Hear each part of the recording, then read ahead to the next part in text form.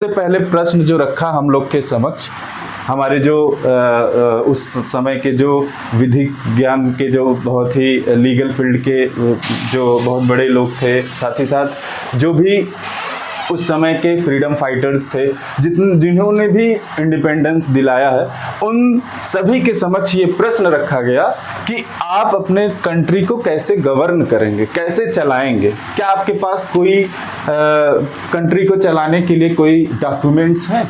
क्या आपके पास आपके कंट्री को चलाने के लिए कोई ऐसा ढांचा तैयार किए हैं?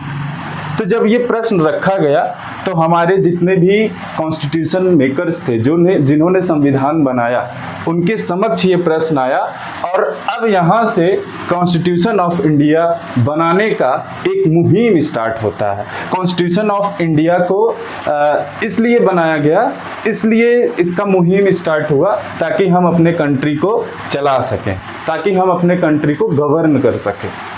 तो एक छोटी सी कहानी थी जो कॉन्स्टिट्यूशन ऑफ इंडिया को यहाँ पे फ्रेम किया गया। ये इंडिपेंडेंस के टाइम था, उस समय जब देश आज़ाद हो रहा था। हमारा देश जब आज़ाद हुआ, अंग्रेज़ों ने जब छोड़ के यहाँ से गए अंग्रेज़ लोग, तो उन्होंने यही प्रश्न रखा हम लोग के समक्ष कि हम लोग तो चले जा रहे हैं, ठीक है, आप अपनी कंट्री को कैसे चलाएंगे?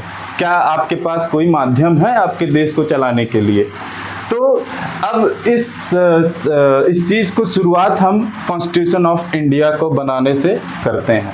अब जो हमारा कॉन्स्टिट्यूशन ऑफ इंडिया है वो उसकी ज़रूरत क्या पड़ी, आपको यहाँ से धीरे धीरे समझ में आएगा कि हमें क्यों ज़रूरत पड़ती है। ताकि हम अपने कंट्री को गवर्न कर सकें, ताकि हमारा जो कंट्री है एक सिस्टम के साथ चले। हमारा जो एग्जीक्यूटिव है, जो हमारा पार्लियामेंट है, जो हमारा लेजिस्लेचर बॉडी है, जो हमारा जुडिशियल बॉडी है, वो कैसे गवर्न करेगा। जो कार्यपालिका, न्यायपालिका, विधायिका, जो तीनों ब्रांचेज हैं गवर्नमेंट के, ये कैसे गवर्न करेंगे। गवर्नमेंट क्या होती है, सरकार क्या होती है, वो सारी चीज़ें हम द कॉन्स्टिट्यूशन ऑफ इंडिया के अंदर डील करते हैं। और इसके अंदर जब हम चलेंगे, कॉन्स्टिट्यूशन ऑफ इंडिया समझने का प्रयास करेंगे, तो कॉन्स्टिट्यूशन ऑफ इंडिया का जो एक स्ट्रक्चर होता है कि इसमें है क्या, हम किस चीज़ की बात करते हैं कॉन्स्टिट्यूशन ऑफ इंडिया में, क्या उसके क्या बेसिक चीज़ें हैं, बेसिक क्या है। तो कॉन्स्टिट्यूशन ऑफ इंडिया का जब हम स्टार्टिंग में बात करें, कॉन्स्टिट्यूशन ऑफ इंडिया में क्या बेसिक चीज़ें हैं, तो कॉन्स्टिट्यूशन ऑफ इंडिया में पहले जब हमारा संविधान बना, किसके द्वारा बना? कॉन्स्टिट्यूएंट असेंबली के द्वारा। ये क्या था? संविधान सभा इसे हम कहते हैं, हिंदी में इसे संविधान सभा कहते हैं और इंग्लिश में इसे कहते हैं कॉन्स्टिट्यूएंट असेंबली। अब कॉन्स्टिट्यूएंट असेंबली फॉर्म हुई किसके लिए? संविधान बनाने के लिए, कॉन्स्टिट्यूशन ऑफ इंडिया को बनाने के लिए। तो अब कॉन्स्टिट्यूशन ऑफ इंडिया, यहाँ से इसकी न्यू स्टार्ट होती है कि हम कॉन्स्टिट्यूशन ऑफ इंडिया को कैसे बनाएंगे। उसके लिए बहुत ढेर सारी कमिटीज़ बनती हैं, अलग अलग लोग इस पे काम करते हैं। फॉर एग्जांपल ड्राफ्टिंग कमेटी है, उसके बाद बहुत सारी ऐसे अलग अलग कमिटीज़ बनती हैं। ड्राफ्टिंग कमेटी के अध्यक्ष या चेयरमैन, हमारे आज उनका जन्मदिन भी है, डॉक्टर भीमराव अम्बेडकर।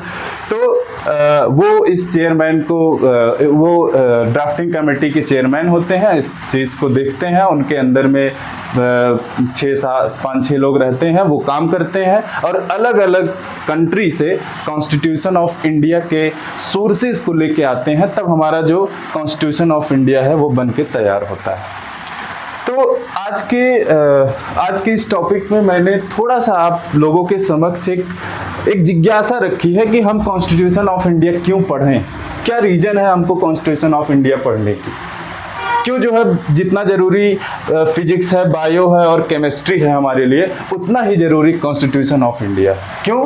क्योंकि आज के समय में जितना आप फिजिक्स जानते हैं, जितना आप केमिस्ट्री जानते हैं, जितना आप बायोलॉजी जानते हैं और वो आपके लिए ज़रूरी है, उतना ही ज़रूरी आपके लिए कॉन्स्टिट्यूशन ऑफ इंडिया है।